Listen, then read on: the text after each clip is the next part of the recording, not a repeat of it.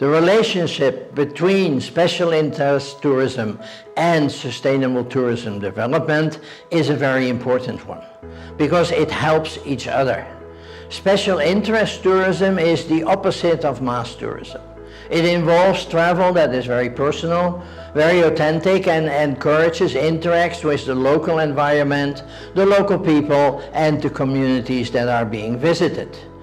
This tries to bring together and explore and encounter travel that has the committed concept of tourism. The following activities are trying to do that.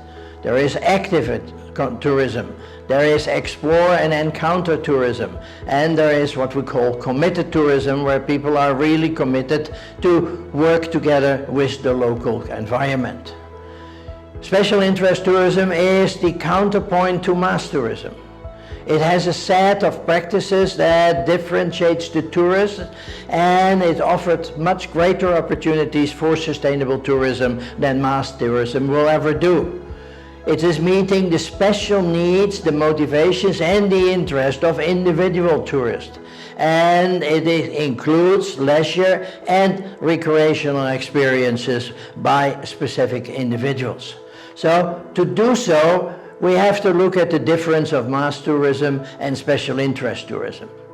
Mass tourism has fixed programs, focuses on sites, has little or no background research by the participants, and there is this big desire for souvenirs.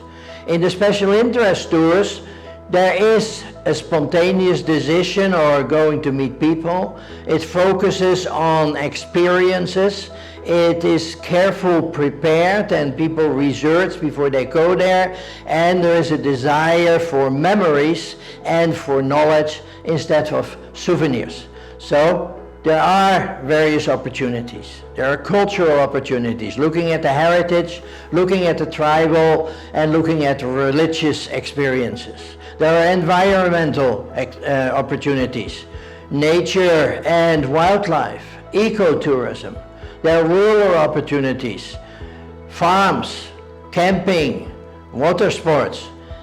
There are urban opportunities, sport, galleries, art, and there are other opportunities for people that are photographers, that like to boating, and that like to do volunteer work.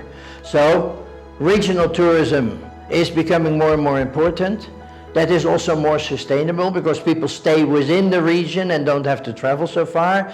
In Asia and in Europe, this is getting very popular, and it also helps people to recognize their history in a much better way than before. There is the cultural tourism where arts and sports and events are being visited. There's heritage tourism where we look at heritage sites and create attractions accordingly.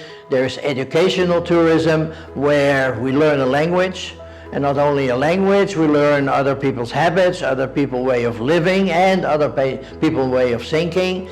And there's this Aboriginal and indigenous tourism where we start realizing and recognizing and have a respect for the ancient cultures that for many years were not really recognized the way it should have been done. There is, of course, traveling for health. Again, very sustainable, people trying to be well, becoming very healthy. There is environmental tourism where people go and visit environmental locations like parks and other places and visitor locations offering that kind of green experiences. There's wine and food tourism, again, sustainable because tasting wine, tasting food from other areas enhances the knowledges.